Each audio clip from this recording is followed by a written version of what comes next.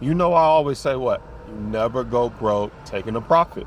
Maybe Warren Buffett is listening to me and following my advice. And Warren Buffett is like, I'm going to take a profit so that I don't go broke. Could just be that. Warren Buffett took a profit, sold 50% of his stake.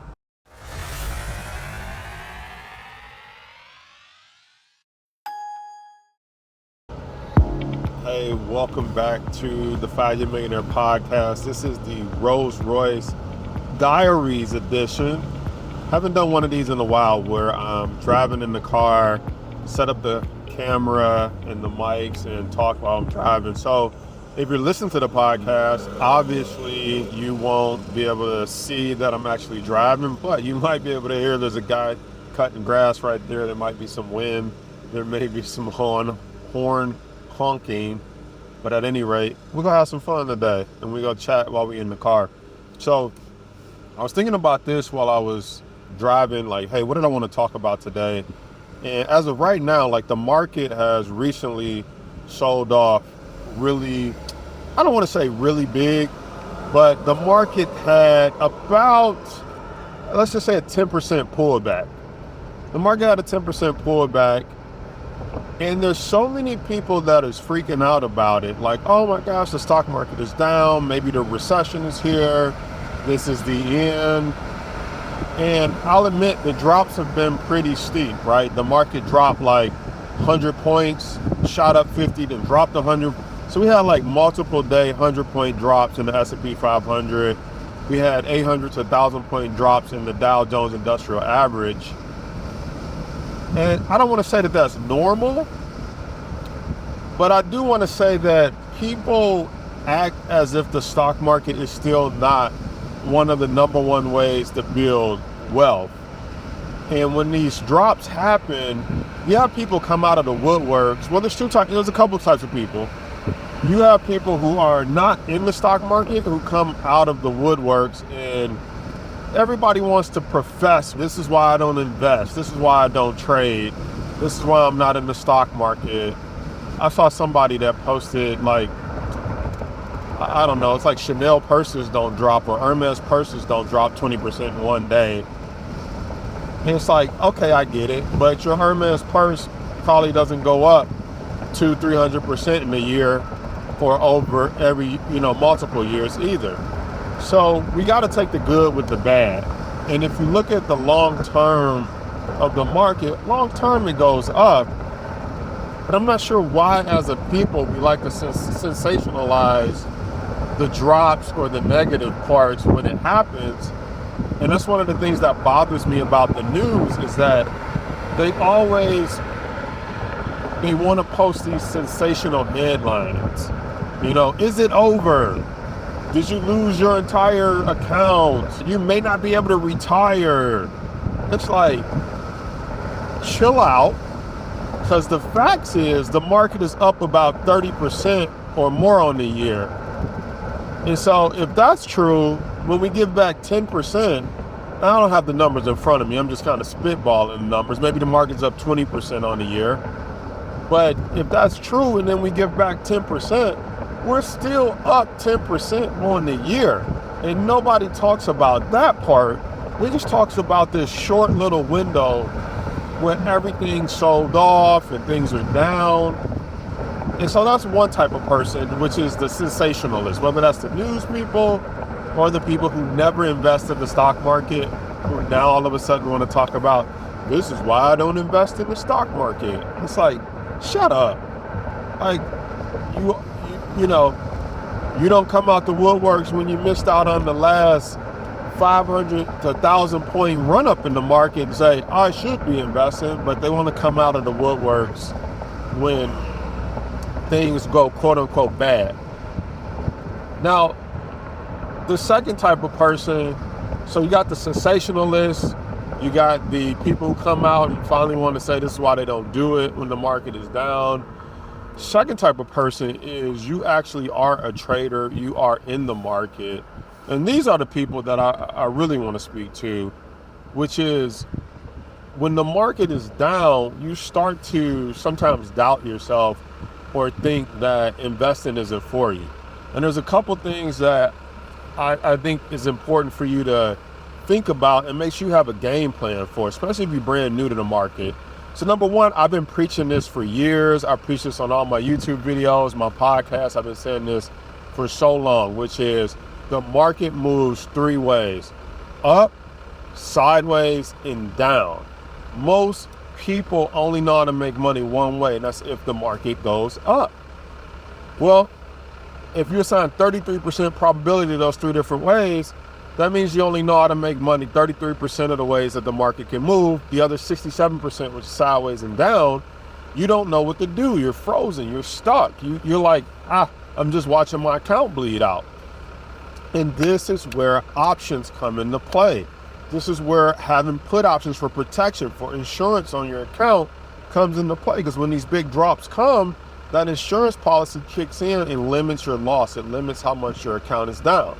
Second thing, if you're using put options, you can also make money when the market falls. And the news doesn't talk about this part at all. Your financial advisor probably doesn't talk about this part. And maybe your financial advisor doesn't talk about this part because it's short term. They're like, by the time you buy puts, you could have just bought more stock and waited it out, and it would eventually go back up. That's usually their theory. But for us swing traders, not day traders, there's a big difference. For us swing traders, there's an opportunity to grab put options in those multiple days of pullbacks. You can jump in and out of the market and possibly make a lot of money in a very short period of time. And this is what separates the people who stay in the game from the people who get kicked out. Because the people who just jump in and think it's easy, think I don't need training, think I don't need any coaching, I don't need to know any other strategies, those are the people that only know how to make money if the market goes up. And when the market does not go up, which it doesn't always do, we've just witnessed that, these are the people that are stuck, confused, scared, wondering what to do, wondering why am I even in the stock market. All right, so don't be that second type of person that you give up on one of the greatest industries, great wealth building tools that is out here just because of a 3-day, 4-day event, and you're not paying attention to the long-term wealth creation process.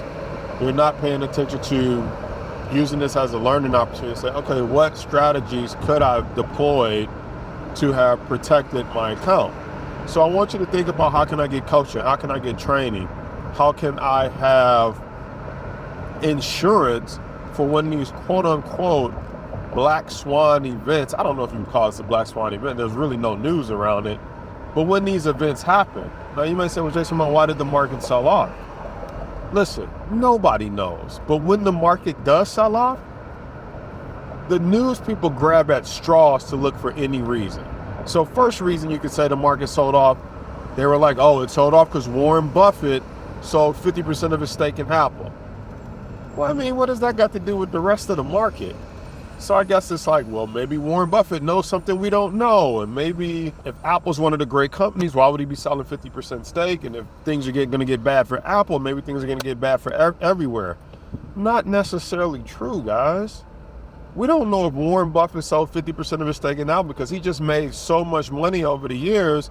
It's time to take profit. You know, I always say what? You never go broke taking a profit. Maybe Warren Buffett is listening to me and following my advice. And Warren Buffett is like, I'm going to take a profit so that I don't go broke. Could just be that. Warren Buffett took a profit, sold 50% of his stake. Could be Warren Buffett sees other opportunities in the market. And maybe he was getting ready for a pullback. And now that the pullback happened, Warren Buffett like, got it. I sold out of Apple. I got 50% of my money plus the profit. Now I can go into these other investments now that the market sold off and pulled back. That could be what Warren Buffett is thinking about. I don't know. But the market grabs at these straws and they're like, what's wrong since Warren Buffett sold 50% of Apple? The truck is loud. And they're like, maybe that means all stocks are going down. Not true. Okay, the second thing that happened, Intel missed its earnings. Intel missed its earnings bad. And then they announced that they're going to lay off about 15,000 people. Maybe the market's like, oh my gosh, layoffs are starting to happen. This is it. Inflation's high, interest rates are high, and now people are getting laid off. That's 15,000 less people that are going to be able to shop, buy things, but there's also a lot of job openings. So don't get too much into the hype, like, oh gosh, people are getting laid off. But it's like, there's a ton of job openings that those 15,000 employees could go and get. Third thing that happened in the market was Amazon missed their earnings. Now, they didn't miss their earnings on AWS, which is their Amazon web server. In fact, that actually was booming. They actually missed their numbers on like the e-commerce side, like shopping. Well, some of the reasons that's because they said, some of the prices are getting higher and higher now. I remember you used to go to Amazon, you get a good deal on something that you couldn't get a deal on at Best Buy or Walmart or at the store. Now, sometimes it's the opposite. Some of the stuff on Amazon is more expensive, or they'll say like it's $75 and they'll be like 50% off. It's normally 150.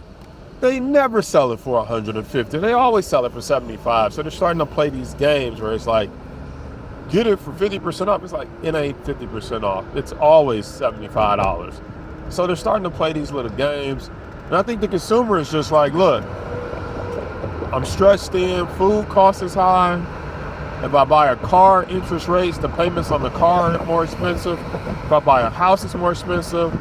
Food is more expensive. Gas prices are kind of getting back up there. And so maybe the consumer is like, when it comes to consumer discretionary, because that's what the things are on Amazon, they're discretionary. Meaning it's not food, it's not toothpaste and deodorant, stuff you need to survive or live. It's kind of stuff that, computers, technology, little knick-knack stuff that you can live without. Well, when things get tight, the first thing you cut is your consumer discretionary. You stop eating out as much. You stop shopping online. You don't necessarily need new shoes. All the stuff that you probably can get on Amazon. But does that mean that you're going to stop shopping forever? Does that mean people are done shopping online? No. I would probably argue that once interest rates comes down, prices come down a little bit more, people actually will start to shop and buy more. So what's my point? As we're rolling the Birmingham to the Daxton. What is my point? My point is, perhaps you look at this pullback that Amazon just had as an opportunity to buy a good stock. And this is the third person that I want to talk to, or this is the third type of person. This third type of person, they'll look at Amazon, they'll look at Google, they'll look at all these companies. And as these companies run up higher and higher and higher, they say, what? I can't buy it at those prices. I missed the opportunity. I wish I would have got in back when it was $100, or when it was $140, $150. It ran all the way up to $200. They'll make all these excuses about why they can't buy the stock. Oh, I wish it would pull back. I wish it would come back down to here. And this third type of person, when the stock finally sells off, they finally miss earnings, something happens to give you the opportunity to buy the stock at this price that you said you wished you could buy it at. Now that something finally happens, make sure I don't miss my turn here.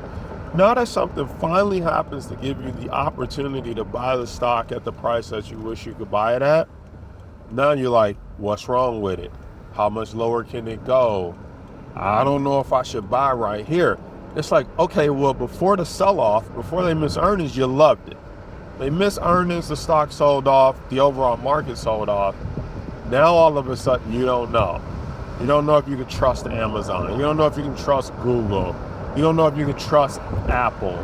You don't know if you like the stock anymore. And we gotta stop doing that. We gotta stop. I don't know if he was blowing at me, but we gotta stop doing this, people. We have to stop wishing, hoping, praying for the pullback, for the sell-off, and then when we get it, we're all like, well, what's wrong with the stock? What's wrong with the company? I don't know if I want to buy it right here. This is our opportunity. When do you want to buy it? You want to buy it when it's its most expensive? Because here's the people who should be panicking. All the people, I think we got to switch lanes. All the people who bought the stock at 200 and the stock fell to 50, those are the people who should be like, my goodness, it has to get all the way back up to 200 for me to even break even, which I would consider adding to my position down here to where it sold off. It sold off to about 155 and some change. But that's 45, that's 25, almost 25%. Actually, yeah, it's about a 25% discount on the stock, a little less than 25% discount. How much more of a discount do you want on Amazon stock? You just got a 25% discount. How much more do you want? So you got an opportunity to buy the same company, same stock, same business plan at a 25% discount. And you could argue that the 25% discount accounts for the fact that they miss earnings. So if earnings gets back to where it was or better, we should be able to hit $200 or higher a share. That is investing. That is trading. This is what we call power trading. We wait for the powerful opportunity, a power chart pattern. We wait for a stock to pull back to support. In this case, it pulled back almost to the 200-day moving average. We wait. She's silly. So many people be saying funny stuff when driving in the Rolls Royce. It's so cool. But anyway, we've been waiting for a pullback. We got a 25% discount on this stock, ladies and gentlemen. You now have a 25% discount. How much more of a discount do you want on this stock? Oh, that's so cool. These older folks next to me giving me the thumbs up. I wish I could take the camera off and show you guys. They're cute. It's a beauty. Oh, thank you. It's a fun car to drive too. Appreciate you. Oh, I don't know if they caught that on camera. She said it's a beauty. Oh, they're cute. Even if you're not a car person, sometimes these cars bring out, everyone has a great comment, good feeling. It's cool to see people appreciate the machinery that this thing is. So we are entering downtown Birmingham right now. We're about to have lunch at the Daxton Hotel. And I just want you to think about that if you're the third type of person, which is you've been watching Amazon, you've been watching the stock, you've been watching it go up and up and up. You wish that you can get it at a discount. You finally have an opportunity to get it at a discount. Do not be the same person now that's like, what's wrong with it? I don't know if now was a good time to buy. They say time in the market beats timing the market, right? Just being in, don't try to time the market. I agree with that to some extent, but I will also say that I won't say you can time the market, but you can look for ripe opportunities to purchase. And right now is a ripe opportunity to buy. It's a better time to buy than trying to buy at the all-time highs if you can get it off the pullback. That's all I'm trying to say. I'm not trying to say time the market, but I am trying to say there are better times than other to buy stocks. I think this is one of those times right here, right now. Market's off over 10%. Some stocks are down 10 to 25%. You're getting a discount. You're not buying at the all-time high. If you want to get good at making money, you don't get good by buying high and selling low. You get good at waiting for pullbacks and buying lower than the high. And if it gets back up to where we know it can go, you sell, you take a profit, right? So that's my 2 cents for the day. Or should I say that's my 30 minutes of sense for the day that I wanted to share with you guys. And if you have some profit, just remember, you never go broke taking a profit. So don't be scared to sell, take profit, and then lock it in, and then reset like Warren Buffett did and look for your next trading opportunity, right?